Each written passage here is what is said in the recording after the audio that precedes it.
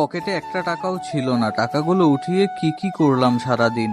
আসসালামু আলাইকুম সবাইকে, সবাই কেমন আছেন? আশা করি সকলেই ভালো আছেন। বাসা থেকে বের হয়ে চলে আসলাম মোহাম্মদপুর, আর এসেই দেখলাম এইখানে রাস্তায় একটু গ্যাঞ্জাম লেগে গেছে। তো আমি আর কি করব, আমি তো দোকানের দিকেই যাচ্ছি।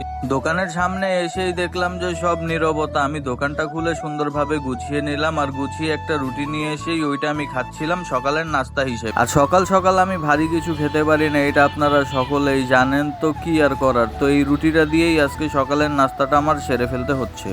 পকেটে একটা টাকাও ছিল না, বিকাশে কিছু টাকা ছিল, চলে গেলাম বিকাশের দোকানে, ওইখান থেকেই ক্যাশ আউট করে ফেললাম। ক্যাশ আউটটা করা শেষ করেই চার দোকানে চলে গেলাম, ওইখান থেকে এক কাপ চা নিয়ে নিলাম। চা খাওয়ার আগ পর্যন্ত আমার তো একদমই ভালো লাগতেছিল না, মাথাটা ব্যথা করতেছিল আর আবারও ঘুম আসতেছিল।